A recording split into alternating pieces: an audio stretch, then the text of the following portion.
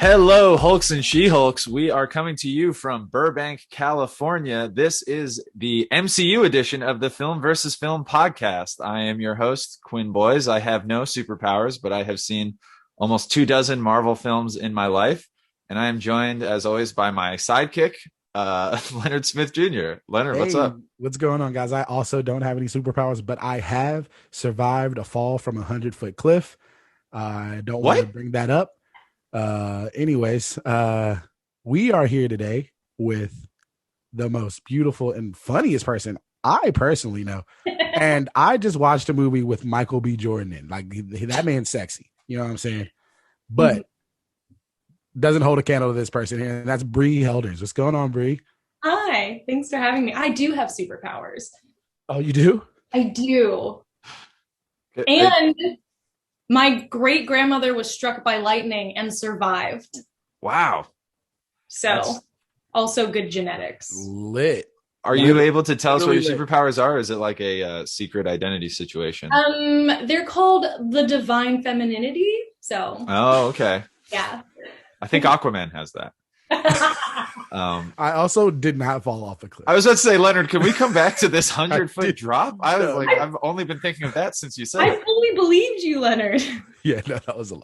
You lied about it and you said, I don't have a superpower, but I almost died. Like that's an origin story, but it's a lie. Okay. Oh, I was trying to be like the Black Panther. I see now. Well, and I gave up the game at the top because we're very excited to have you on the podcast, Bree. We are doing this is the first such kind of prompt that we've done, so I just spoiled it right away. We're doing Marvel movies this week, which makes sense. Marvel movies have dominated movie going for the past decade, longer really. Yeah. And we've all been kind of away from theaters for the past year. But when you're going to the movies, I feel like the diversification of movie going, you can watch movies on your laptop, on your TV at home. I still see Marvel movies in theaters. Like those are like the big budget, like blockbusters that I feel like I go out to the theaters for. So I'm excited to talk about these movies. 100%. And I feel like a lot of guests probably would have wanted to do this episode. I know we had somebody on the show before who probably could have done this episode. They're obsessed with Marvel movies, but we got Bree.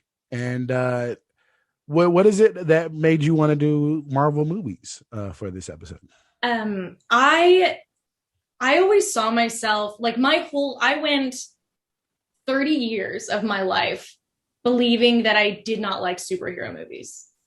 And like, I was like, I don't like sports movies. I don't really like war movies. And I don't like superhero movies. They're just not for me. And then I watched Black Panther. And then I watched Wonder Woman. And those were two obvious, like, oh, I like these, but it still might not mean that I like superhero movies, because the reason I watched those is because they were like the first like mainstream superhero movies. They were getting like hyped up that didn't have a straight white dude as the lead.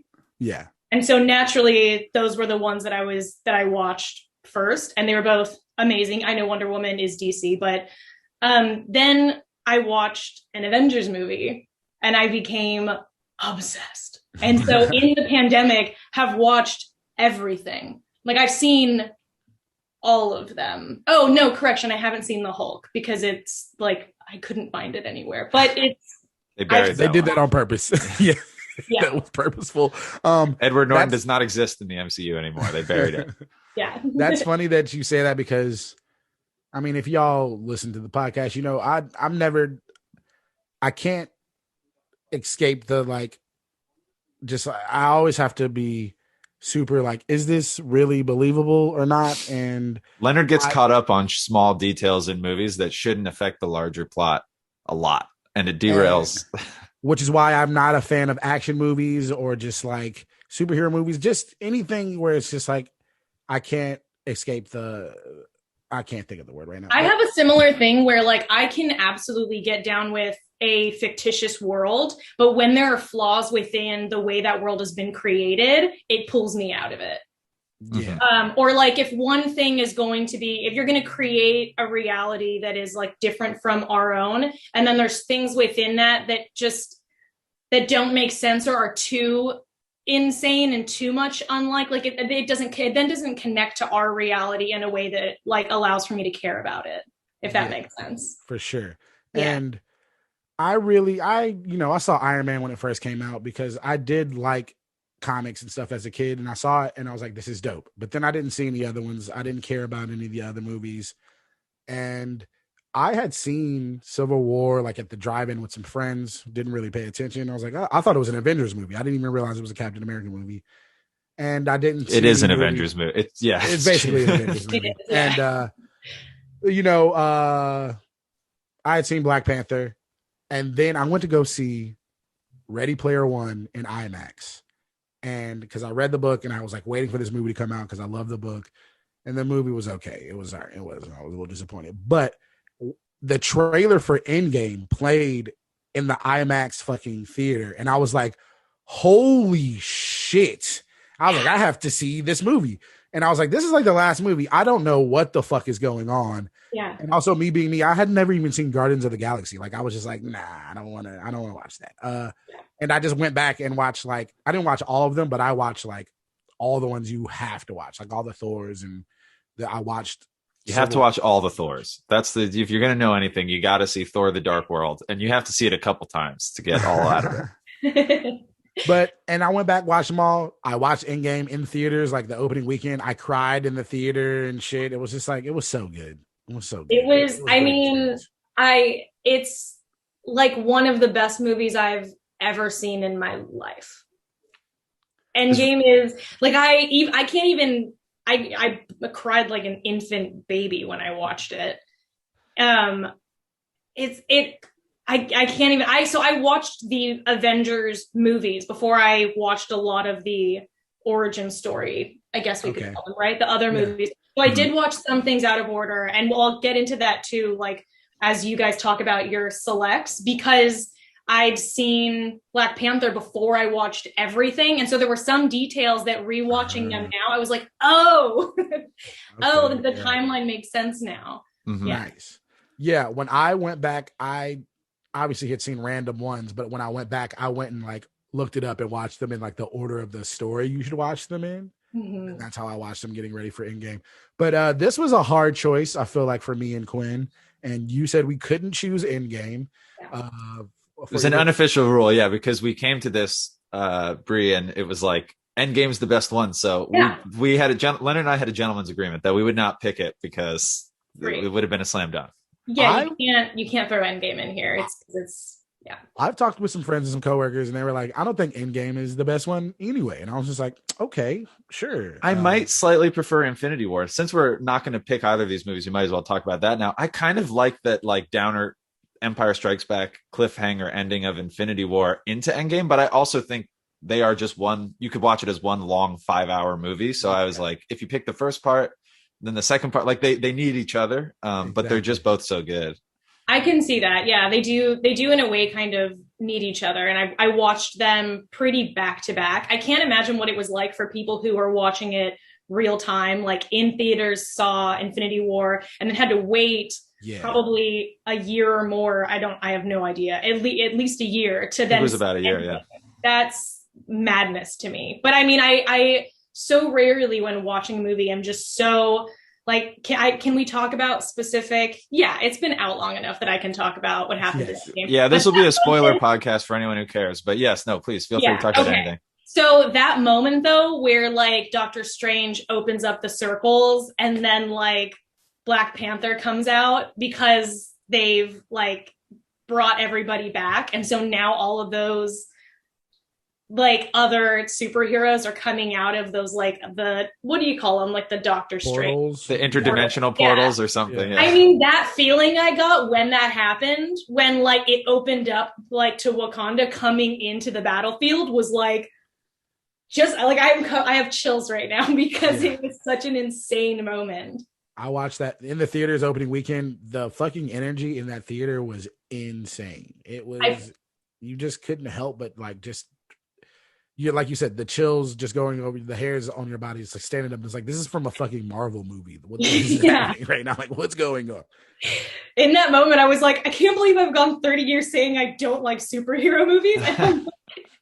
And now I like watch YouTube videos of people watching it for the first time in theaters just to like hear the audience reaction because it's that insane. We are all different people coming out of quarantine, and we've all learned things about ourselves. And I think that's one of the more wholesome things. It's just like, I love Marvel movies. It's a good thing to learn about yourself in quarantine. Well, you guys both talked about a certain maybe cynicism, or Leonard, maybe you had the cynicism. Bree, you're just like, I don't like these movies. And Leonard, you're like, I'm too cool for them. I feel like I was a little bit more like you, Leonard, except I wasn't. I saw every superhero movie. Like, I remember renting VHS movies as a kid. I had like the George Clooney Batman and Robin, and I thought it was great when I was 8. There was no superhero movie bad enough for me to not go and see it. I saw like the Ben Affleck Daredevil movie on, when that was out. I saw both Fantastic Four movies with Chris Evans and Jessica Alba, and those awful movies. And I was like, there were good ones. There were the X-Men and the Spider-Man. Before the MCU as we know it, there were good Marvel movies. Yes. And for anyone not that well versed, the MCU effectively begins with Robert Downey Jr.'s Iron Man film in 2008. And there had been Marvel movies before, but this was the first time Marvel was making their own movies, and they were in an interconnected universe, which is all built to Endgame and all the films that have come out in the past 13 years. But at that time in 2008, when I saw Iron Man, I was like if I had to choose a side, which I never was that into comics that I felt that I did, but I would have been firmly in the DC camp. I was into Batman, the Christopher Nolan, Christian Bale Batman movies. That Dark Knight came out that year. So Iron Man, I thought was good. And I was like, hey, Robert Downey Jr. is back. That's cool. But like, I was not like, oh, I see where they're going with this. I was like, give me Batman, give me the realistic, gritty, whatever. And little did I know at the time that was going to get so played out and fall out of favor by like the mid 2010s, and that this Marvel lighter, quirkier, they kind of just took Robert Downey Jr.'s DNA and put them across the movies. It's like, it's not that serious, but we're there's a lot of heart in these movies, but they're also kind of funny, and we can laugh at Thor being silly. And that's funny. Little did I know that they would dominate. Yeah, sorry. I felt the same way. Like, I'm a huge Dark Knight fan. I was all about the darker, grittier movies.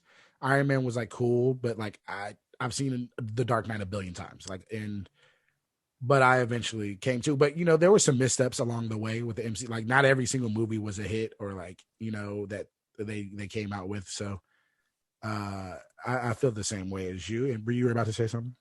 I was going to say the other reason why I never thought I would be interested in a movie like The Avengers is because there are so many characters. Like, I didn't like that, the way that you were just describing like how did you put it, that when the first Iron Man came out, it was like the beginning of the Marvel universe sort of being like interconnected with every movie. Yeah. That was not a selling point to me. I was like, why would I care about so many characters?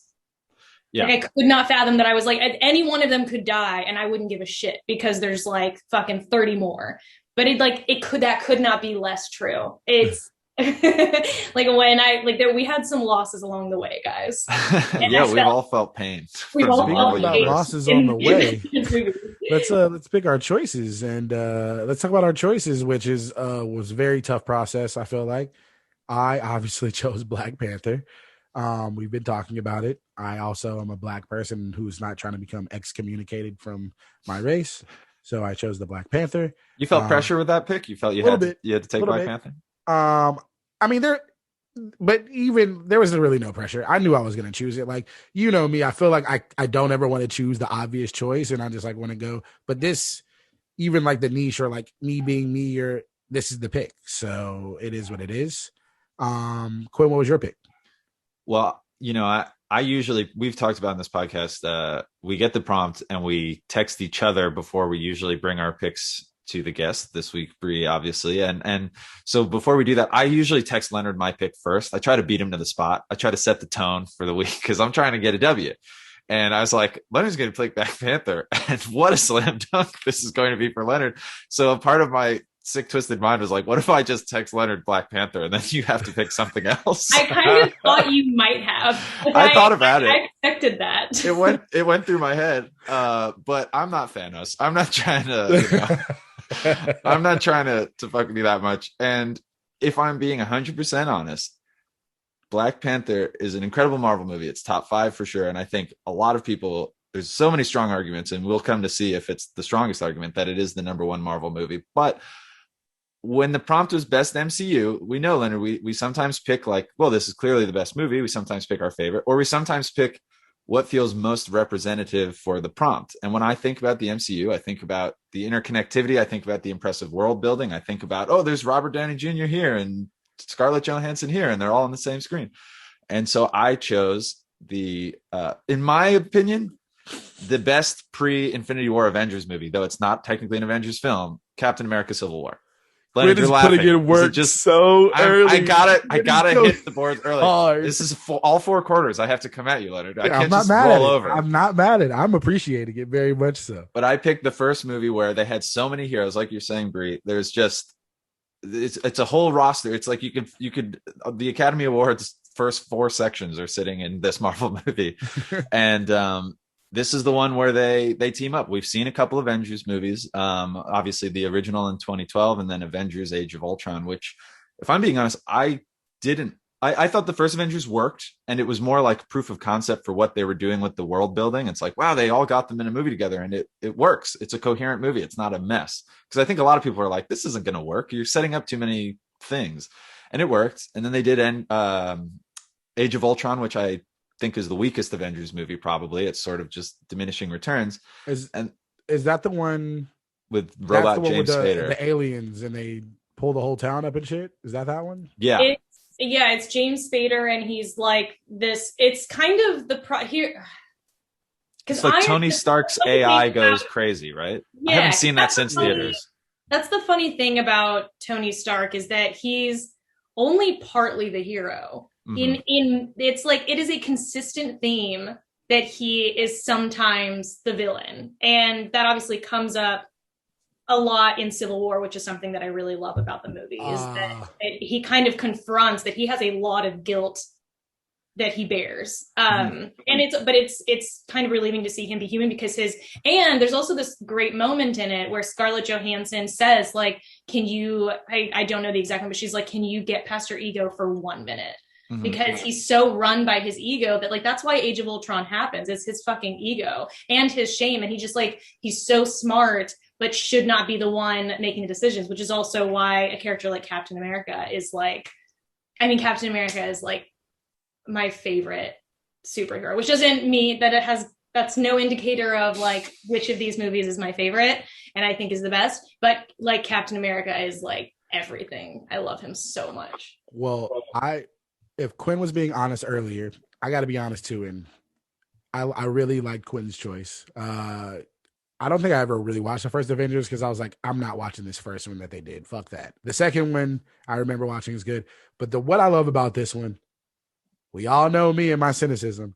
They hold these motherfuckers accountable. Yeah. There are fucking repercussions to this bullshit that y'all are doing, and they actually like, all right, you know me. I'm like, damn, what happened to that dude that you just threw the car at? Like, these motherfuckers is just trying to work and maybe be security guards, and y'all out here breaking arms. Yo, I also forgot that they just kill people in the MCU. Like, they was straight murking people in this Civil War movie, and I was just like, God damn. Like, so I was like, okay, this is dope that these fucking superheroes are being held accountable, and it feels real. If you're going to play this like you're on Earth and this just happened out of nowhere, like people started getting superpowers, and that means we're in this universe of, you know, I just hate it when it's like, oh, this person who doesn't have superpowers gets thrown across into a wall and they get up and they're fine. Yep. You know what I'm saying? Yeah. The fact that War Machine fucking his Don Cheadle's character, his fucking Rhodey, his whole body just breaks. I was like, all right, this is dope. This is what really would happen. You know what I'm saying? I will say, I don't know if you guys have been watching Falcon and Winter Soldier. Have not. I typically Marvel is so good at what you were just talking about, how like actually having some sense of realism, like, oh, people get injured and people die, and people can't just get, like, a normal person can't just get thrown across the room, you know, at 100 miles an hour into a concrete wall and not be obliterated. Like that, there's some, you know, realism in regards to that, but there were a couple of moments in the Falcon Winter Soldier where people were like thrown into a concrete pillar. There's like one guy who's not a super and he hasn't had the super serum and he just gets like thrown into a pillar and just like is like, oh, and I'm like, well, no, like your just dust himself off. Yeah. Yeah, your spine would be in half. Like, no. It's hard for me to suspend disbelief. They're really good about that. So hard to suspend disbelief, but I appreciated that about Civil War. But one part that I couldn't suspend disbelief was when Captain America was like, we can't, like, I understand and can empathize with Captain America. He's from the 1930s. His best friend from the 1930s, who is the only person in the world who understands how it feels to be him. He wants to like help him and he believes in him and he wants to carry him. But this man is a fucking terrorist. Okay. He's a terrorist. And when the police come and he's taking all the police and he's like, don't kill them. You just hit this man in the head with a vibranium fucking shield that's going 150 miles per hour. And you're telling me his brain isn't mush? Like, come on. All those dudes are dead. All those cops that you are trying not to kill are dead. Like, you just punched him in the chest. Like, all his ribs are broken, punctured lungs. Like, it's over. Like, that's it. That's all I want to say. Yeah. Leonard, now you care about the police. Okay. I'm just going to write that down. Leonard concerned for authorities. Got it. There is that sort of like I support what Captain America, not that he needs my support, but he appreciates it. I am sure he appreciates it. Chris Evans in particular is really grateful for me. I agree with like his, Captain America wanting to protect Bucky because it's also for him an ethics thing of just like not making, not like he's the guy who's like, no, he should be heard. He should go to prison. He shouldn't be killed on the spot. And it's about like protecting somebody. Because at that time, like in the beginning, when Bucky had just supposedly killed the King of Wakanda and like they'd done the explosion, the terrorist attack. Mm-hmm. Before he told Captain America, one, that he hadn't done it, and two, that he was being mind controlled because of like the words. Am I making sense? Yeah, yep. Right. So prior to that, even just, saying this guy, even if he did all of this, he shouldn't just be like shot on contact. He should go to prison or whatever. That I understand that sense of protection. And that Captain America is like, he's, run by his ethics. And so he's like puts himself in harm's way constantly because it's just the right thing to do. But at the same time, like he's hurting all these other people to protect this guy. Okay. This is the perfect leader because I was going to bring it up earlier. When I was watching and when he was having that whole ethical, like, if we sign this treaty, blah, blah, blah. Yeah. Motherfucking Captain America, Steve Rogers, is an anti-masker. That motherfucker, it sounded like, literally when he was having that little speech, the little rant, he sounded like an anti-masker. And it was hilarious. I was like, he for sure would have been on the wrong side of history with that one. Well, people from the 1930s are anti-maskers by and large, right? Leonard. I mean, you gotta like. It was just he's pro-mask. He wears a mask everywhere but his mouth. Actually, I don't think he sounds anti-mask. I think he. No, I think this is a stretch from you too, Leonard.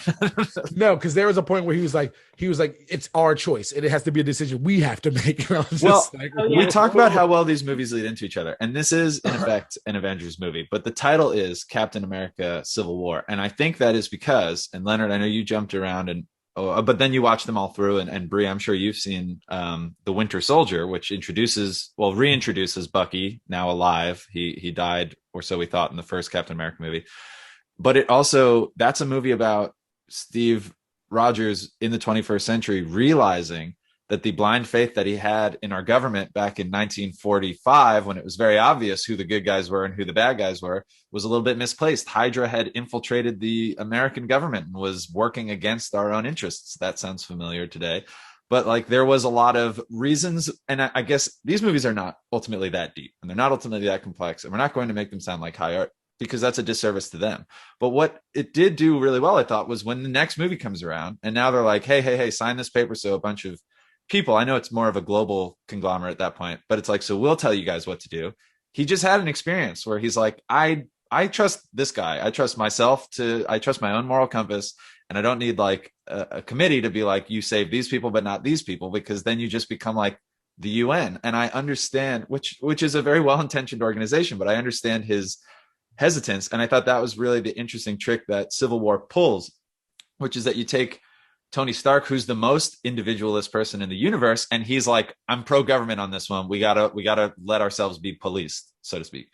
And then you take Captain America, who is Captain America. He represents the entire nation, and he's like, nah, I can't do that. And I see both sides. I don't know exactly where I would fall. No. Obviously, it's a very interesting conflict, and I think it's more interesting, and it's asking more interesting questions than do most other Marvel movies, which are superhero gets his powers, defeats villain, joins the larger collective.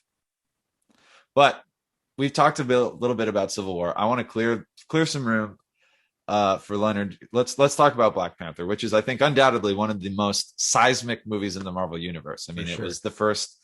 You talk about it, but yeah. I just want to say this too, though. No, I 100% feel the same way about. I was just saying it was funny to me that he seemed like he would be an anti-masker, but I 100% the difference between Iron Man and Captain America, and you would think they'd be on the opposite sides. It was great, and that was dope, and I appreciated both viewpoints. But yes, Black Panther, man, this is a very different, like it's like an origin story for a hero versus like a team up, like blockbuster. We picked both ends of the Marvel universe spectrum. Yeah, the two kinds of movies they do, which I like. Yeah, I don't know, obviously what was going on in the world and American society kind of propelled this to like another level. I don't know if they knew that this was going to have the reaction from everyone that it did, but obviously they took their time and they did a great job, and they were hyping it up. And once it was done, I guess they knew what they had on their hands, and they had a fucking amazing movie. Like, I don't think anyone expected to be as amazing as it was. Chadwick was like the perfect person to play the Black Panther. And it's just a fucking cool ass, like, hip, fun, like, experience. And the fight scenes are dope. Just like being a Black person and being in the theater and seeing like Black superheroes and like this society and shit, that was like really just like, it was just a different kind of feeling. It was a different kind of experience. But there are Black superhero movies like Meteor Man and Blank Man, and but they have a certain feel to it. But it was just like, this is just like one of the most like captivating, beautiful things I've seen. And it's like all the protagonists are Black people and even the antagonists are Black people. It's like, it's just a story of a dope person who becomes king when his father is murdered by a white man. And which happens in my movie, which is maybe not a good look for my movie. But yeah, they intro. That's the thing that I really love is that you guys actually chose movies that go like they're literally like Black Panther starts right after Civil War. And I also really, really love Black Panther's progress in Civil War as well. He has a nice little arc in the very end where he realizes that he's been overtaken with revenge and like is like, it stops here. Like, that moment is incredible. When I watched Black Panther, and then because it had been so long since I'd seen it, and all the other movies I'd seen a little bit more recently, like I'd seen Civil War more recently, when I went back yesterday and watched Black Panther, I felt all the feels all over again. And I also, one thing I forgot though, is how much I hate Michael B. Jordan's character. And I know in the end, he has that moment where you feel for him, like, but I hate him so much, like more than I hate a lot of villains in the Marvel universe, because, how can you just kill the Black Panther? I just got so mad watching it. And he has like everything about him. I mean, and listen, like, obviously we know why and where that came from and how that like anger and hatred and revenge like started within him. And he like saw his dad die, and I empathize with all of that. But just like going through life being about like creating pain and just hurting people, like that, like lack of empathy, and like he's like a sociopath. I hate him. 100%. I'll say, like, and I kind of was thinking about this when I made my pick, and Civil War, I think kind of smartly, like Marvel at the time was being kind of people are always kind of poking holes in what it was obviously dominating, but it's like, what doesn't it do well? And I remember at the time you would hear a lot about that had a villain problem. Marvel had a villain problem. Like the villains in these movies were kind of blah in a lot of them. And so Civil War's like, just fight each other. We don't have a compelling baddie for you guys. I like Daniel Bruhl's character in that. We'll talk more about him, but essentially the villains in Civil War they're fighting each other. No such problem with Black Panther. Like Michael B. Jordan is such a compelling villain, and I think that's true of you, Bree, saying how much you hated him. I mean, that's what you want. You want to be like, man, and I think there's like layers of complexity to him, but like what sticks out to me always is that museum scene, the first scene where we meet Killmonger as an adult, and he's like talking to the Steffi art lady, and then he just drops on her like, oh well, you stole all this stuff, and then it just like you're like, oh, this scene is about to go, and he's in total control, the character and also Michael B. Jordan the actor in that scene, because you're like, oh, he's cool, he's like, he's got the outfit, he looks cool, he's like kind of calm, collected, he's just staring at the thing, and then shit goes south and he's remains very cool and stuff. I mean, I don't know, Leonard, like, did you ever find yourself rooting for Killmonger? Okay, I was waiting for both of y'all to give your pieces. Yeah. First of all, I think Killmonger is maybe the best villain in the entire MCU. Two, for like you said it, you hit the nail on the head. The first scene is so like the first scene when you see him as an adult, the heist scene is so dope. He's so cool. Like, I think every man in the world wants to look like that, how he looks in the museum. Like, I have never, like, watching this movie, and I felt it, I was like, I've never in my life, because I know certain people feel this way and they might want to be someone else or like wish they were someone else. There's never been a moment in my life where I was like, I wish I was that person, or I wish I was Michael B. Jordan. Like that, like, good Lord. Like, even if I had to have all those scars on my body, like, I would choose that. If I could take that, I would take that. He was like, there would be so many babies. I would have so many babies. There would just be babies everywhere if I was Michael. Anyways, so looks good. The whole origin story is dope. It's like, all right, I can empathize with him. I can understand him. He is a fucking terrible person. The part where he's like when he's in the room with the council and he's the king and he's just defeated Black Panther and he's like, and we're gonna do this and we're gonna take out the oppressors, and I'm like, hell yeah. And he's like, and we're gonna kill their children. I was like, oh, hold on, bro, hold on. You just lost me on that part. Like, he also just wants to create chaos. Like, everything about him is like, I want to see I want to cause pain, because like, here's the part that really got me. He wants to cause pain to white people. But he also wanted to cause pain to Wakanda. Like, here's where he lost me, was when he was fighting Black Panther, and they were, like, in the fight scene in the water, and he like, how, because he didn't give him the opportunity to yield. And his mom is right there. Like, his mom and his sister, he was such a like violent person that wanted to cause pain so deeply that they had to flee. Like, his mother and sister. Yeah, he's a tyrant for sure. Yeah, like, that was where he lost me. I was like, in front of his mom, you're gonna, like, you don't want this person to yield, and you don't want fairness. You want to just like kill this dude and cause pain and havoc. And another dope thing about Black Panther is like, it's this really fun like action movie, but it's also very like personable, and you feel these real connections, like you said, like the right in front of his mother, and then like the spirituality of it. It's just all around.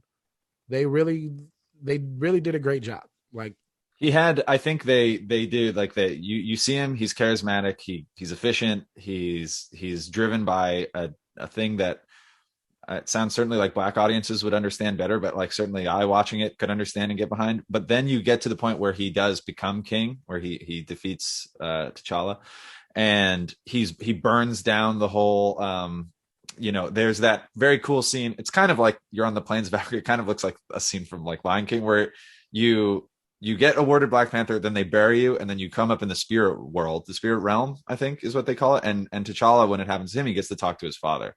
And there's a very nice scene where Michael B. Jordan's character, where Killmonger does the same after he's defeated him, but then he comes through it and he goes, burn all this. And it's like, and I think Martin Freeman's character, because he's represents like the US government in that scene, he goes, yeah, like, we train these guys to be like this. They're charismatic. They can kind of get in and cause insurrection, but then they leave a scorched earth. Like, he's not ultimately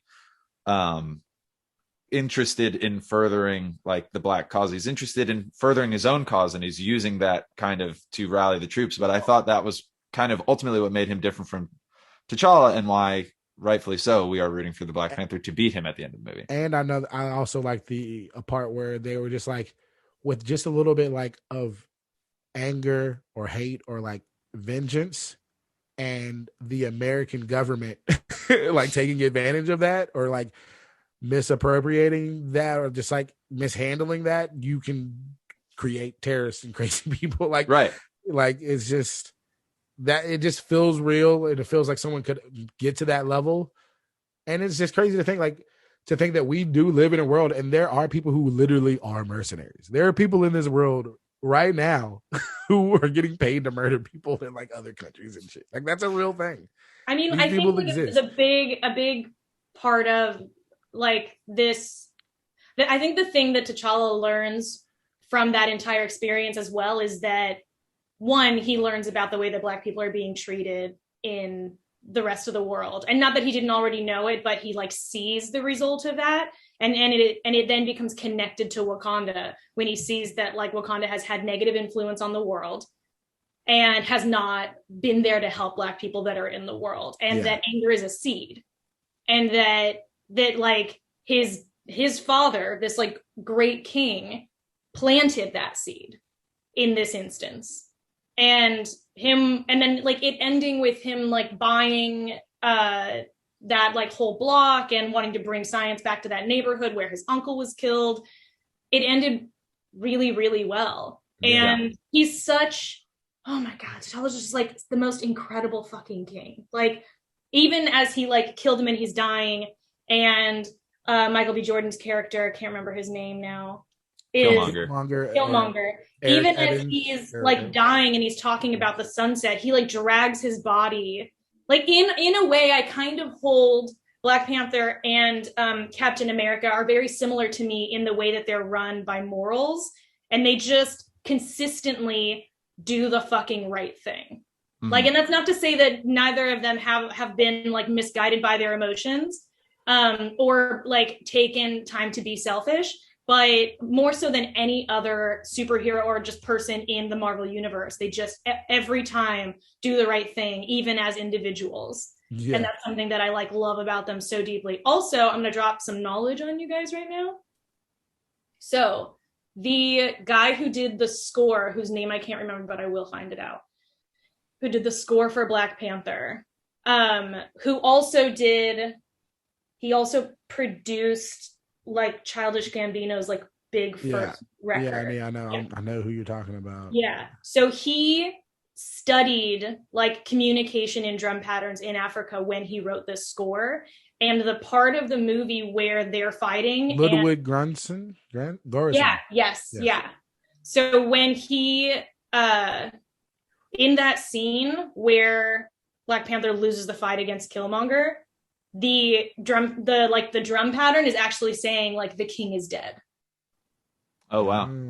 That's very cool. So like it's ingrained in bits of that score. There is actual like messaging, which it like when I found that out, it just enhanced that entire movie where I was just like, fuck, this is insane. It's so incredible. I'm glad you bring that up, Brie, because I feel like we can't talk about Black Panther. Like the Marvel movies have a spotty history of having like great scores. I think there's somewhat of a recognizable like Avengers theme, but it's kind of like you don't really think about the music when you think about these movies. You can't think about Black Panther without thinking about specifically the soundtrack. And it's also like the score as well. But I mean, Kendrick Lamar put in work on this soundtrack. He put out like one of the best just regular albums of the year, I thought, and when he made the Black Panther soundtrack, which he's featured on and kind of curates. And we don't always talk about that when we talk about the movies because it's sort of a separate thing, but it's not in the case of Black Panther. I mean, the music is incredible. Aspect of this film is just like they really took their time and did it right, and it's amazing. It's like all around the score, the filming, the the clothing design, and the scenery is just great. It was amazing. this movie made Marvel movies, I think, cool on a different level than they had been before. These movies were cool to people who liked comic book movies, even if you don't like comic books, or they were cool to people who are like action movie fans or whatever. But these movies were cool. Like they tapped into, I think, the larger overall kind of culture. It should be incredibly lame. Kendrick Lamar should not want to make a Black Panther soundtrack.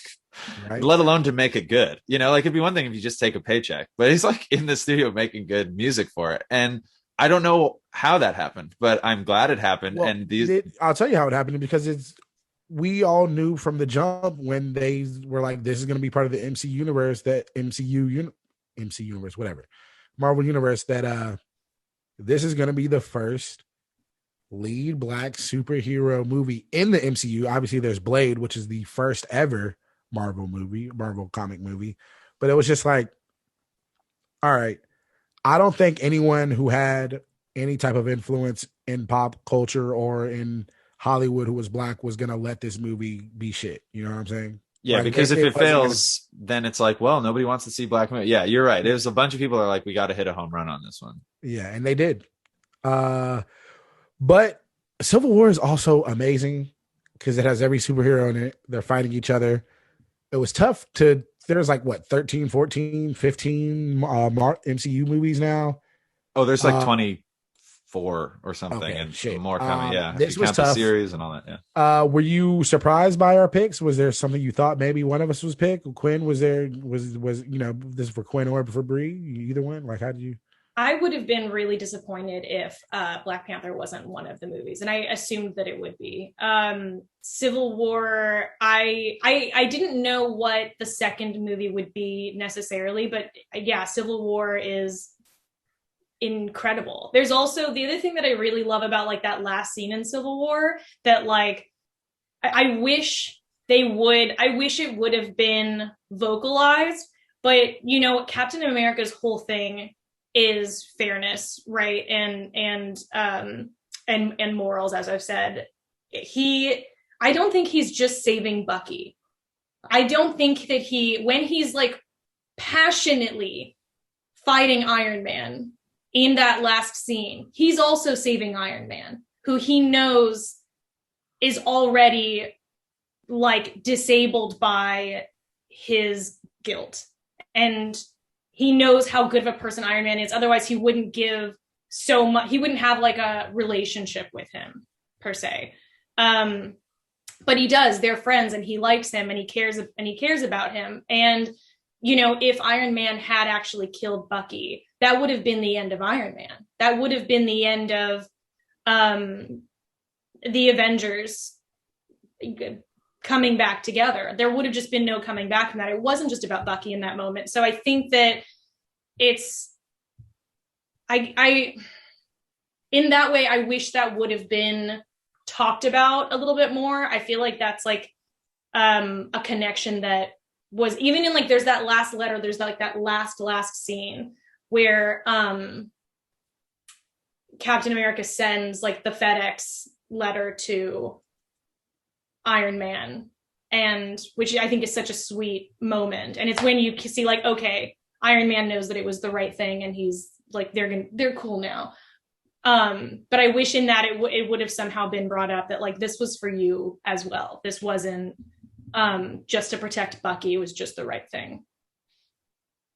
Yeah. Yeah, I think that's well said. Yeah, I mean, again, it's silly to kind of sit here and talk about these movies, which are designed to just make $1 billion and keep the line moving, so to speak, and I think that's kind of what they did for a little bit. I do remember, like, Leonard, you've brought it up, and Bree, I don't know if you agree, but like there are definitely moments where it seemed like they're like, well, we put out 3 movies a year, and one of them's Thor: The Dark World, and then we just keep it moving. The next one will be better or whatever. But I feel like there was like a point where they're like, we can make these a little bit better. And we haven't talked about the people behind the scenes. And Ryan Coogler is a fantastic Academy Award nominated director. It's significant that he's Black as well, because it's not just the first Black superhero in front of the camera in the lead role. This was the first Black man to direct a Marvel film, I believe. I think it wouldn't have been as quite as big a deal if it wasn't the case. And he does an amazing job. But the Russo brothers, who took over Captain America for Winter Soldier and made this movie Civil War, and then would go on to direct Infinity War and Endgame. They are like writers, and they've had like a comedic background. I should pull up their IMDb to give a more full picture. But the thing that always stuck out to me was that these guys like wrote, but also directed episodes of Arrested Development from way back. And strangely, you would think there is no overlapping experience that would help you if you directed Arrested Development on Fox in 2004. Direct a huge hundreds of millions of dollars, needs to satisfy all four quadrants MCU movie, billions of dollars. Well, hundreds of millions to make, billions to cost to make it, and billions to break in. But like, I actually think it's the perfect thing because these movies balance comedy so well. The script you probably just get from a guy who like puts a bunch of comic book cliche. I'm maybe that's being unfair, but like the scripts are usually what the scripts are. But to balance the humor, to balance all the storylines of like, okay, we need to give Black Widow her time. We're gonna, Wanda and Vision's romance is sort of planted here, which has led to WandaVision from this year, which was very popular. Black Panther, we got to introduce King T'Chaka, we got to kill him. And then we got to introduce T'Challa and have him on a revenge plot so he can have a little mini arc, which will set up nicely Black Panther. There are so many masters that this movie serves. And the fact that it never really feels, I'm not saying it's like perfect from A to B, but the fact that it never really feels like it got long, or that the movie doesn't know where it's going, or that they don't know where they are, I think is like, it's that Arrested Development. Like if you watch an old episode of Arrested Development, it's the same. It's like, I don't know where this episode's going, but this scene's funny and there's momentum. I'm not sure where it's headed to, but there's momentum and I'm on it. And it's like, what a genius. I don't know who identified that they would be perfect for this, but it's clear they only got like more good. They only got better at it when they made the last two Avengers films. They're incredibly good at keeping a lot of plates spinning over a long period of time. It's like impossible to make a movie like this works. And you watch Civil War and you're like, feels pretty effortless. It doesn't feel like, that everything, the motivations are clear. I would agree with that. I would just say the only thing, trying to be nitpicky between the two movies, I just feel like it was funny, but I feel like Civil War was a little corny in some points. Okay, yeah, that's fair. I also just really Falcon. I felt like every line Anthony Mackie said was just like corny as fuck. I don't know what it is. I will cop to not being a huge Falcon fan, although I am an episode into Falcon and Winter Soldier, and I'm hoping they can do for that character what WandaVision did for Wanda. I've heard really good things about Falcon and Winter Soldier. Obviously, everyone loves it, and I was just talking to one of my coworkers who was like the biggest MCU person I know, and we were talking about our choices, and he was saying that because I was talking about the accountability and this motherfucker really is just like a terrorist and this and that, and he was like, oh well, they'll tackle some of the things that he has to go through, and he's like, so he kind of convinced me that I should check it out. So I'm going to watch it. So you should. I've finished it. I loved it so fucking much. Like, I know there's some people who have mixed feelings about the last episode, and without giving anything away, because you haven't seen it yet, it, from what I've heard, goes against the way it happened in the books. But I've never read a comic book in my life, if I'm being honest. But I loved it so much. And I love Anthony Mackie a lot. I love Falcon. I do agree that his role in Civil War, and he'd already been introduced in Winter Soldiers when we meet Falcon, right? Yeah. Yep. I loved him in that. And then there were some moments in Civil War where I was just like, man, they really just didn't give it to him in this. Like, they really kind of, like, I don't know. He could have had more of a presence, or like been more like dialed into what was happening. And I did feel like there were moments where it was just like, oh, they just gave him like, it's like kind of a corny line. The whole humans with no powers being part of this Civil War, just I felt like all the humans in the part just made me like not like anytime it was like Black Widow or Falcon or someone not in a suit. I can't remember. I'm forgetting someone else. I was just Clint, can't leave out the man, Jeremy Renner. Yeah, Clint. Bow and arrow guy. Yeah, Clint. Which like he just pops up out of nowhere. They don't even show him getting him. He just like shows up to take Wanda. It's like, okay. But Yeah, why would it be him? Why of all the people, why did they send him? Because they needed to just also, as that very scene illustrates, like Wanda can get out anytime she wants. She just has to make Vision dense so he falls to the Earth's core and she can walk out. Like she didn't need Hawkeye to help her. But. Exactly. But I think I understand why him in that like Black Widow is in it, and there's this whole like throwdown or like old Western showdown between like half the Avengers who are against this like signing the document. Like what is it called? Like the document they keep referring to them as the Accords. I think it's like the Wachovia Accords or something. Yeah. Sokovia. There's like half of them that are against it, and then there's half of them that are like, bring this guy to justice. And then there's Black Panther who's like, I just want to fucking kill him. Like, and so there's these like two sides, and I love that showdown so much. I also really I haven't seen any of the Spider-Man movies, and I always forget that I need to go back and watch Spider-Man. I haven't seen any of them. The last Spider-Man movie I watched, not even the two like not the two. Oh, you haven't seen the two newest ones? No, I haven't seen any of them. The MCU ones with Tom Holland, right? Yeah. So I need to see the new ones with Tom Holland because I loved it. And then him in Infinity War and Endgame was also like incredible. So and also I can see where having those like comedic directors like Spider-Man and Iron Man do bring so much. Oh, fucking like Spider-Man's whole thing being that he like constantly references movies that half the time people don't get. Yeah. It's so fucking good. I love it. Yeah. Well, that's I was going to wait to see how far we got into it. I was like keeping it in my back pocket. This movie introduces Spider-Man, which nobody was like, everyone was like, we had Tobey Maguire. Those movies petered out. You tried it again with Andrew Garfield in the 2010s. People didn't bite.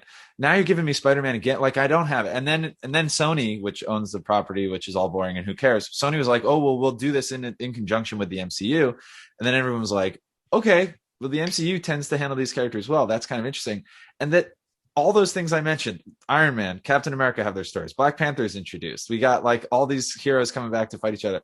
Just in the middle of the movie, Tony Stark's like, I'm going to go to Queens. And then there's this amazing intro to Spider-Man where after that scene, I remember being in the theater and everyone, it just because it's a big shot of New York City skyline and it just says Queens in bold letters.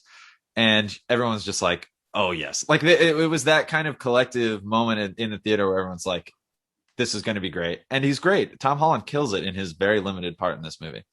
Yeah, they finally cast a teen as to play an actual teenager as Spider-Man.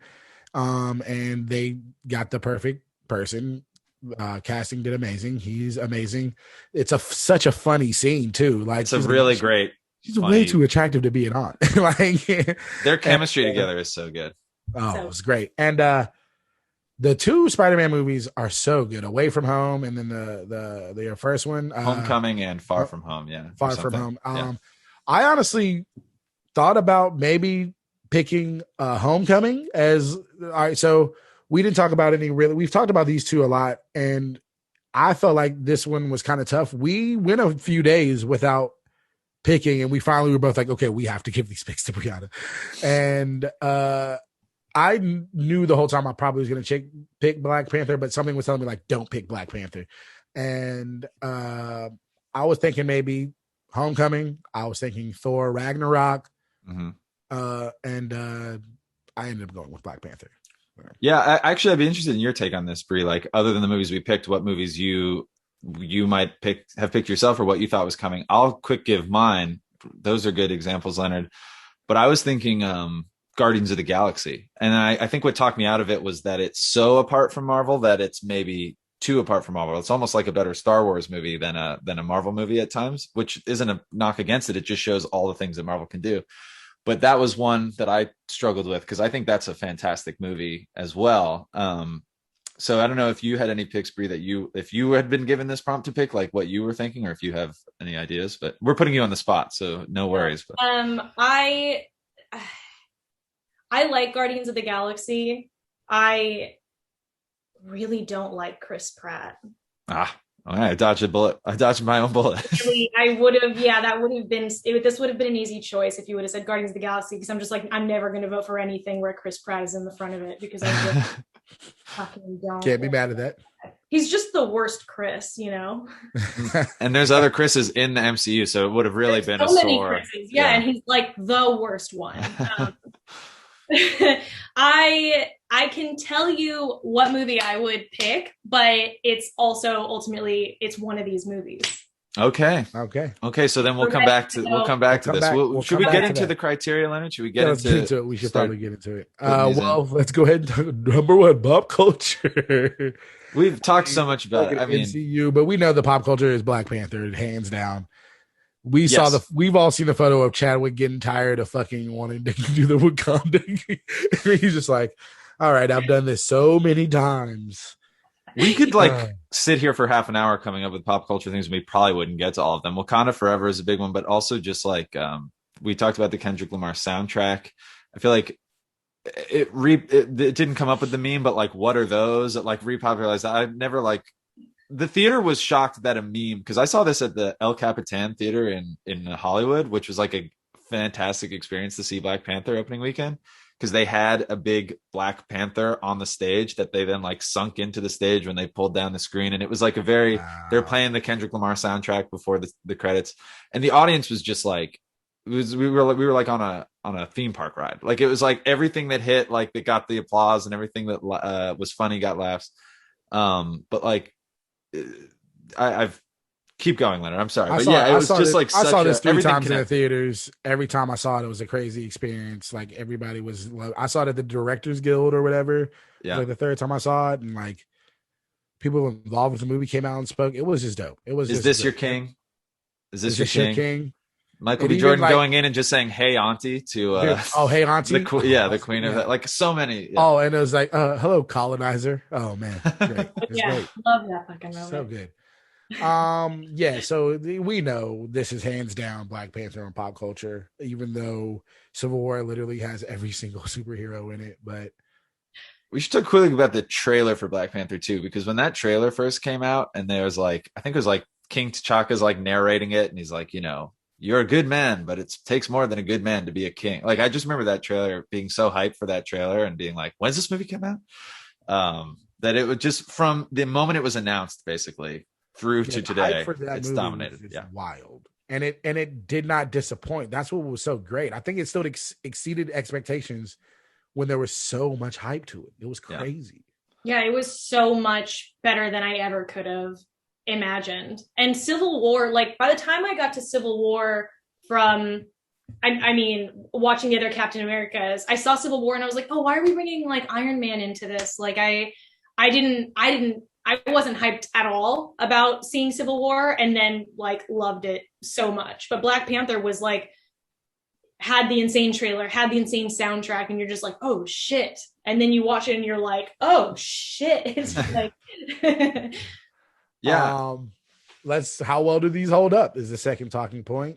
I feel like they both hold up pretty well, honestly. They're not too old. We should say that as well. We're usually talking about movies from like 1992 where like a character's in blackface or something. We're like, that doesn't work, but there's nothing like that in either of these movies. Listen, you got to look for the Trump bitches. We're looking for Broken Hills. It's like, whoa, hold on.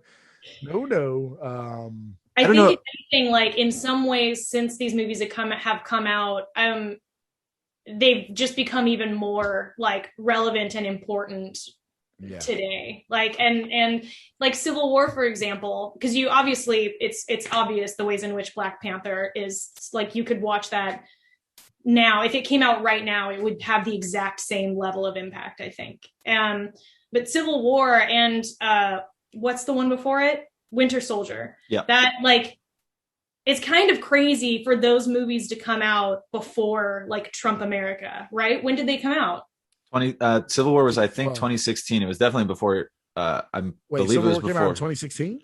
Let me double check. Yes, 2016 summer. So it was before. It was during the election, but before Trump had won. Yeah, before Trump, and then so Winter Soldier being before that, and like Hydra infiltrating the government.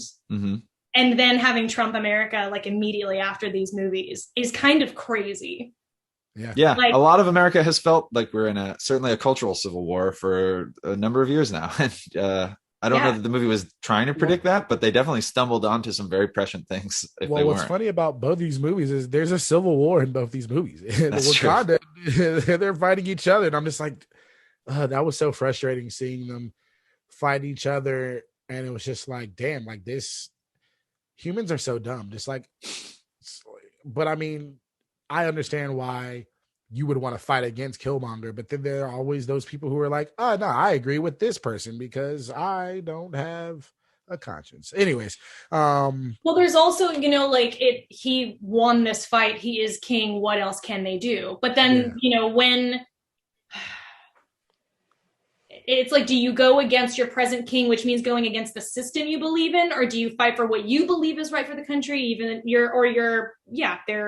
it's a country. What is Wakanda? It's a country that pretends to be a much poorer country, but is really like the technological peak of civilization. But yeah, no, they are just a country. But they're a country. So you know, do you fight against Wakanda even though it's what's right for the betterment of Wakanda? Like that civil war in the end is, and that's what's dope about Donnie Garay, the general, her character. She's my second favorite character. No. The general, the woman, bald head, Donnie Garay. You have it. Yeah. Yep. Oh yeah. That's literally her whole thing. She's like, this is my job. This is my life, is to protect the king, and I'm supposed to, but then she's like, oh wait. She finally, the moment where she's finally like, all right, what the fuck am I doing? Like, I have to do the right thing. And because he didn't yield also. So she was like, no, this is the rightful king. Yeah, she was able to switch back technically. Yeah, I picked up on that true. too. That is true. And there's that moment where they're all on the battlefield and then her lover, Daniel Coulier. Yeah, what's his like job? Maccabi. He's the head of the border tribe. Okay. So they're now like on opposing sides of this battle. And he's like, you would kill me, my love? And she's like, for Wakanda, absolutely. Or whatever. Yep. Yeah. Like for Wakanda, anything or something like that. And I'm just like, oh, fuck. I love her so much. And it's not an insignificant moment for a number of reasons where he just bows to her at the end. Where, you know, at the end of that fight out on the grass plains, you know, he kneels to her, which I thought was very cool. You know, it's not a moment of weakness for him, like, but it is a very significant moment, I think. Mm-hmm. Everything was just so dope. Like them starting in Oakland, like going back to Oakland, and just like I said earlier, with a little hate and anger in the American government, you can create monsters. So here's, I feel like, the most important question in this entire. Yeah, definitely. This one will tip the scales of one of our favorites. Was Steve Buscemi in either one of these films, and why wasn't he? Because he wasn't. Why was Steve? We talk about it every time. We've yet to find a movie that Steve Buscemi was in. He's not been in the MCU at all, which feels like a mistake. He's not in the MCU at all. Like, how he's is not playing a villain. Possible? He's not like a villain sidekick in the MCU. How? Or like an American bureaucrat that we don't like. For real. This is a kind of a silly one that we just talk about every time. Where would Steve Buscemi? So he's not in either of these movies. Where would Steve Buscemi fit into either of these movies? There's a ton of characters in Captain America: Civil War. I would like to see Steve Buscemi be maybe like they use him again in Black Panther, but like the Martin Freeman character. I feel like a government bureaucrat. You just get Steve Buscemi in a suit. You give him $100,000 for 5 minutes of work in a day, and he's just like, "You guys better sign this accord today." Like I think that's probably where you put him in. I don't want to see him fighting anybody in a superhero suit. No, I feel like if anything, he would be the only place I can imagine him fitting is maybe that casino. Also, I fully recognize that I don't know how to say that word right. The casino in Black Panther, or that's how I said in Black Panther. Yeah. That's when Martin Freeman is his name, right? Yes. That's when like Martin Freeman comes into it. Mm-hmm. Is to get the axe head. Yes, that's right. It's in a suitcase or something. Yeah, I'm a little fuzzy on this. The vibranium. So this is basically a block of vibranium. Yeah, so the vibranium, like axe head that was stolen from the museum. Martin Freeman is there to do like the trade. He's got the briefcase full of money, and on behalf of like the United States, he's there to buy it back from that dude with the crazy arm. Yeah, that would have been funny. I don't know. That would have been weird. That would have been entertaining. Steve Buscemi could have been like the owner of this place or something. Oh, okay. Okay. He could have been the owner of the casino. Okay. Yeah. What's up with the like missing one arm thing though? Like they're like, oh well, I can't remember what that dude's story was. Like, but somebody from Wakanda had made that arm for him because the arm was made out of vibranium, right? Yeah, it's like he had like a vibranium cannon, and then Bucky has the metallic metal arm, and yeah, it's their future tech. You guys are referring, of course, to Ulysses Klaue. He's like a South African mercenary played with like real relish by Andy Serkis, who is like Gollum. He kills it. He's having so much fun, like actually showing his face for the first time and playing that character. He gets murked fairly early by Killmonger, which makes sense. The movie needs Killmonger as its villain, but like I love those scenes where he's just like giggling and they're like that what is love? He's just a weird, like there's that weird line where he's talking about his mixtape or something, or he's a SoundCloud rapper. It's all right. I think Steve Buscemi could have been the Secretary of State in Civil War. That could weirdly not a ton of Steve Buscemi obvious roles where he fits into, he makes everything better, but these movies are so packed that I'm hesitate to say they might not need him. But let's go with stats. Okay. And both of these movies made a buttload of money. You want me to go first? Yeah, you go first. I mean, I'm on. You can go first. So Civil War cost $250 million. $100 million of which probably went to Robert Downey Jr. to keep getting him doing these movies. But actually, he seems like he enjoys them. I remember always thinking, like, how many times is he going to want to do these? But he shows up in a ton that aren't technically Iron Man movies or Avengers movies. Cost $250 million. That's the stated budget. Made $1.153 billion, which is good. And that's these movies are all successes, so it's not like we're going to come across one that's like, I think even Ant-Man like makes good money for the margins that it costs. It's pretty much the same. It's 200 million. Oh, sorry. Go ahead. No, yeah, go with yours, and I'm going to pull up Rotten Tomatoes for mine. It's 200 million. Black Panther made $1.348 billion. Mm-hmm. So a little bit less to make, made a few hundred million less. No, I think it made more. I said 1.153 billion. Oh, I thought you said 1.5. So it cost a little less and it made a little more, which is impressive. Yeah. Okay, cool. And I'm really not happy with this IMDb score right now because it's bullshit. It's a 7.3 on IMDb. 0.3, that is kind of low. That's interesting. I mean, I know it's still a superhero movie, but 7.3. And then Rotten Tomatoes, it's a 96%. Okay, I know real quick, we can talk about both of them, but Captain America is 90% certified fresh on Rotten Tomatoes, and it has I think it's a 7.8, but I'm just looking it up 7.8 on IMDb. So fans like it better, or have rated it better than Black Panther on IMDb anyway. Which I feel is disrespectful. I mean, not necessarily, it's just the fact that it's not higher. It should just be higher than 7.3, I think. Anyways. So what do we make of these stats? Anything? Is there anything? I feel like they're both it's a similar thing. So. Well, I told you I have to play offense, Leonard. And I'm not going to come at your movie overall because I think it's great. I wonder if when I saw Black Panther in theaters, if you'd asked me walking out and Civil War had been out by this point, I would have been like, that's like number one with a bullet. Black Panther, best Marvel movie, because we'd had months of hype. There was that trailer that was amazing. There was the soundtrack before the movie came out, so you could listen to it and kind of get hyped for it. And then you see the movie, and it is a home run. It is a home run.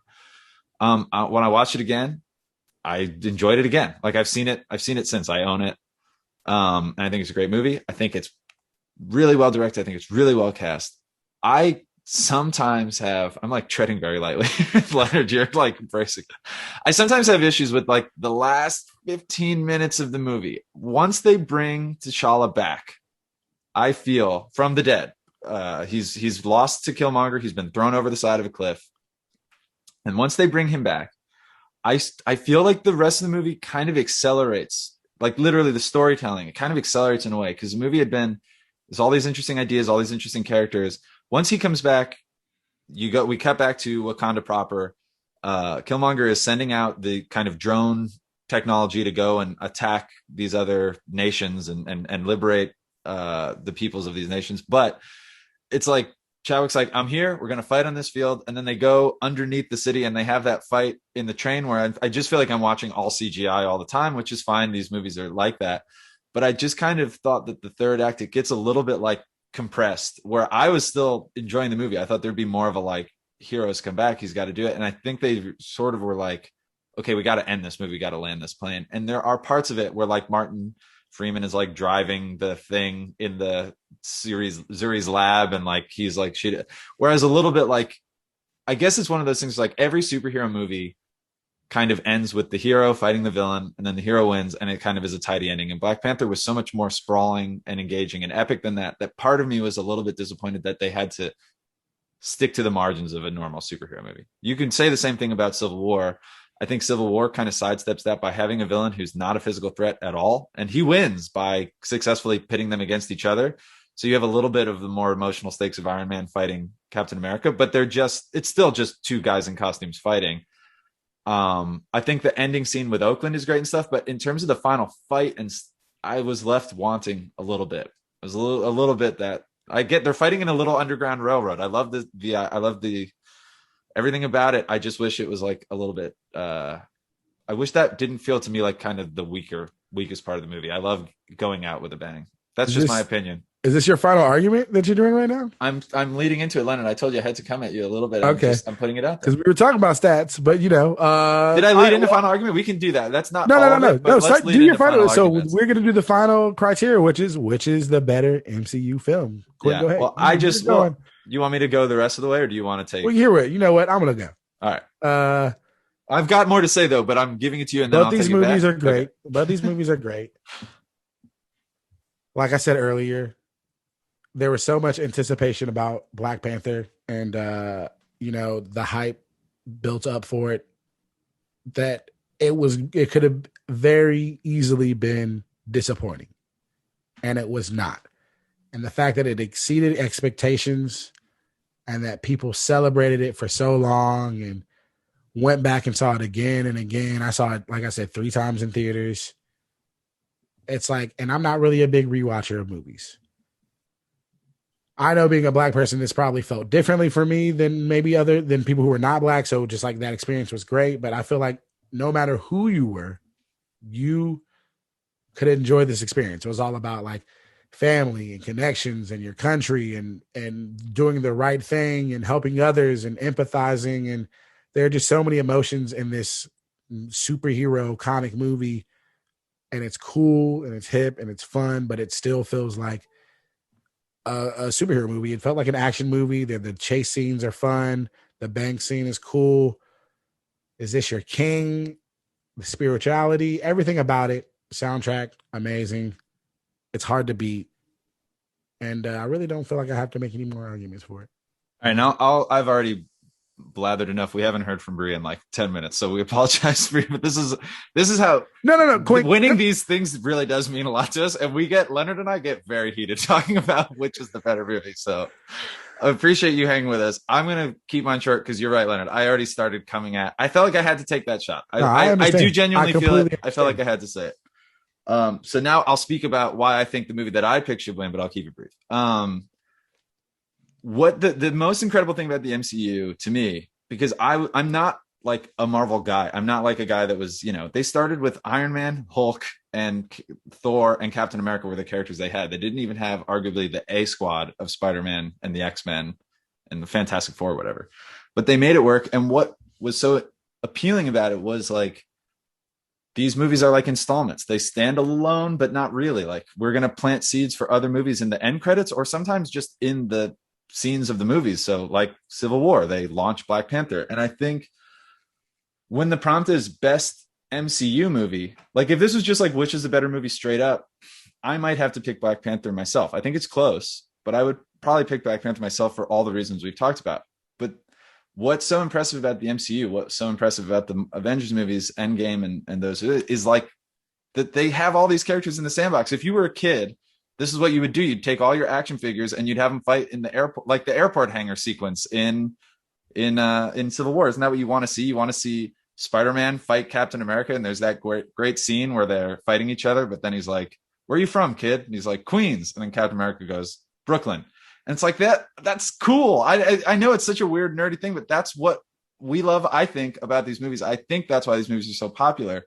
It's because, hey, I just saw this Iron Man movie, and now he's talking with Ant-Man and Paul Rudd, and it's like a funny exchange, and like you're getting all the toys in the toy box, but it's not just an empty exercise in like getting all these actors there. These movies actually work. And I think on a technical level, and not to take anything away from the incredible significance of Black Panther and all the incredible things that movie achieved, I think it's technically harder to do what they did, to schedule all that stuff, to have it come together and not feel like, you know, bad gumbo, to pull off Civil War, that I didn't think I was going to pick that when I got the prompt. I really sat down, I thought about all the movies, and I was like, what to me is the best representation of like what the MCU does better than any other, better than DC, better than any other, like the monster universe that they tried to launch. Why did none of these other universes work?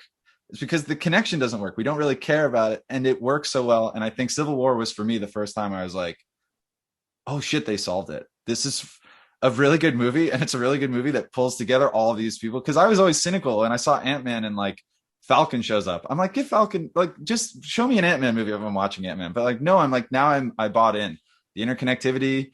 I care about these characters that I thought, I never grew up reading Iron Man comics, but I care about Robert Downey Jr.'s Iron Man and Black Panther, which I know I had to like accept you a little bit. This movie has Black Panther too. Like this movie, it's not Black Panther, but this movie has a really nice spot for Black Panther, who they just launched and kind of set the groundwork for Ryan Coogler to then just go and knock out of the park himself.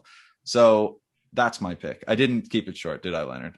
Nah, that was good. That was a great argument. And I will say this though, you do get that Bucky teaser at the end of Black Panther. Yeah, there's some cross-pollination in both of our movies. But it's a little. Bree, we've hit you with a lot, and thank you for sitting through all of that. But I mean, if you have any thoughts, you can take as long or as short as you want before you can. Tell us how you feel. The ball's in your court. You both make very compelling arguments for these movies. Quinn, you're right. Like I love that Civil War. It's so relevant to the entire Marvel universe. And it does introduce Spider-Man, which is huge, and also connects to like the Avengers movies in such a huge way. Which, I mean, we already discussed this. Endgame is the best one. Like Endgame is, Endgame is the best. It's incredible. And I don't think that those Avengers movies, like there's 4 of them, right? Yeah. There are a lot of movies in there where I'm like, oh, I could still enjoy the Avengers movies without seeing these other origin stories. But I think both of the movies that you guys have chosen make the Avengers movies what they are, if that makes sense. Endgame wouldn't hit the same if it wasn't for there's even in Infinity War. Yeah, Infinity War. That's the one before Endgame. Sorry, There's just so many movies that I start to get caught up. So in Infinity War, there's that moment between I think it's Bucky and Iron Man. I also just love Bucky's connection to Wakanda so much because of the arm and just all the shit. I love him so much. But there's a moment when they're all fighting in Wakanda and they're trying to take the stone out of Vision's head. I have big qualms with that plot line because I'm like, Wanda, just do what you need to fucking do. Just do what you need to fucking. I can't with Wanda sometimes, and because I'm like, just fucking grow up. I can't, and I get it, and I really like that they did WandaVision because it gives a little bit more backstory to why she can't do this stuff and why loss and grief is so, and I have a podcast about grief. I should have more empathy for her, but I'm just you're a fucking superhero. Get it together and do what needs to be done. But there's I think that there are moments in those Avengers movies that would not have been so essential. Would not have hit so hard without both of these movies. So I love both of them so much. I really love the plot line of what do you call Hydra.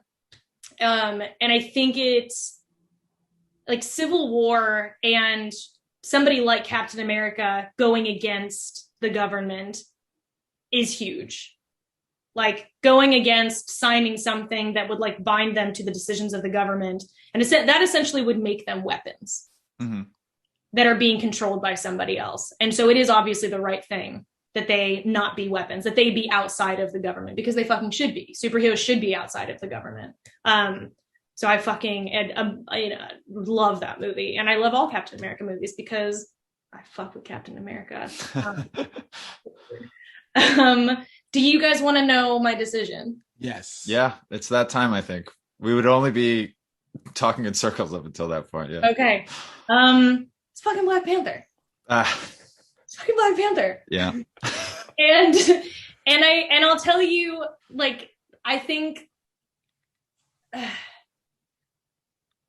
it's so good. And it is so good outside of the Marvel universe. If that was the only one I'd ever seen, it still would like stick with me. It's incredible beginning to end. The score is amazing. Everybody knew the fucking project. They knew the assignment. You know what I mean? Like every actor, every performance in that entire movie. I even care about Martin Freeman's character. Like I care about everybody in that movie.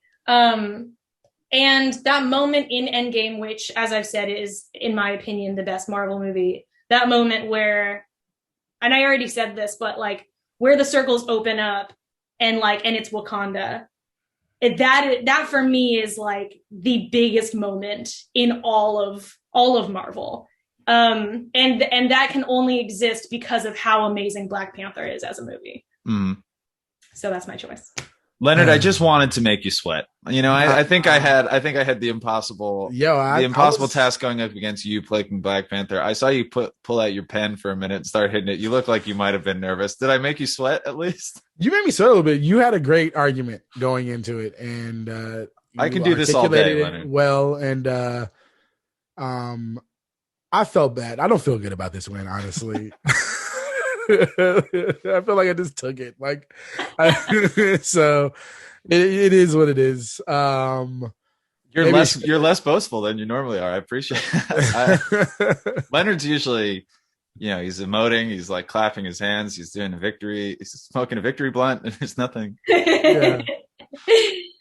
But this was a fun one. And what's funny now is I'm gonna go back and watch some of these MCU because I don't really remember. I don't think I've never Captain America is just never. He's not my number one either. Actually, not my cup of tea. Yeah, so I'm gonna go back and watch the first one in Winter Soldier before I watch the show. And and now I'm probably gonna watch Infinity War and Endgame at some point in the next couple of weeks too. So you should watch Endgame before you watch Falcon and Winter Soldier. Yeah. Okay. So all right, cool. I'll do that as well. Like watch the Captain America movies and then watch at least Endgame and then start, because I feel like that's gonna, otherwise I don't know if you're gonna care that much about Bucky. I think it also bears saying we haven't talked about it because we're sort of speaking specifically about the movies. I don't care about either one of those characters, so I need to go back and really care. You're gonna care about Falcon a lot, and I mean, I can't give anything away, but once you get into it, you're gonna fucking love it. Sorry. All right, Quinn, I'm sorry. No, it's talking about characters we care about. I mean, I think Black Panther was a monumental movie, and I think made, unfortunately, kind of more significant now that Chadwick Boseman is no longer with us. That it really was one of a kind. They're making a new Black Panther movie. They've announced Black Panther Wakanda Forever. I'm interested to see what they do with that, but it will not be the same, unfortunately, because of how great Chadwick Boseman was in that role. I'm glad that he was able to incorporate into the MCU in more ways than just Black Panther, but obviously that's a big part of his legacy. And I think that movie remains inspirational to a lot of people, but also considering, what's happened since, this feels fitting. Yeah. I can't be mad about it. There also was that like weird feeling of like, damn, man, like this sucks that this dude is no longer with us watching it. And like you're seeing him like hurt and passing. And him coming out of that portal, like you talked about, Bree, it hits different now, than it did when the movie came out. And I'm excited to see what they do. It obviously will not be the same.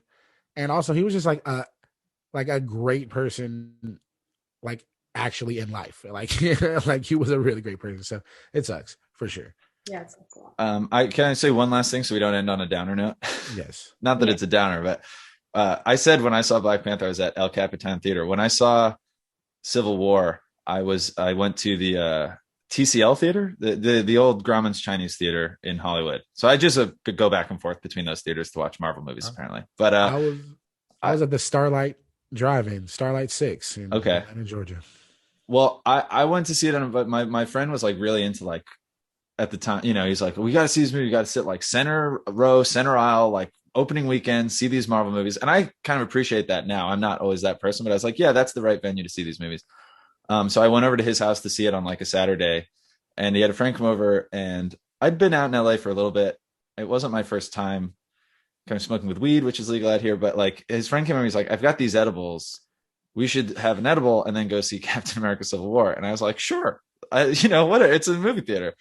But it hit too early, Leonard. I took an edible, which I did not normally take. I think I asked like what the person, like how much weed was in it after, which is never a good idea. Like you should know what you're taking before you take it. This is a cautionary tale.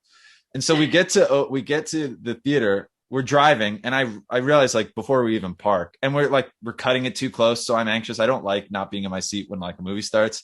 So I'm like, all right, we got to, so I'm feeling anxious. I'm also getting increasingly higher, but I don't know how high I'm going to get because I don't know. I took an edible. I didn't think about it.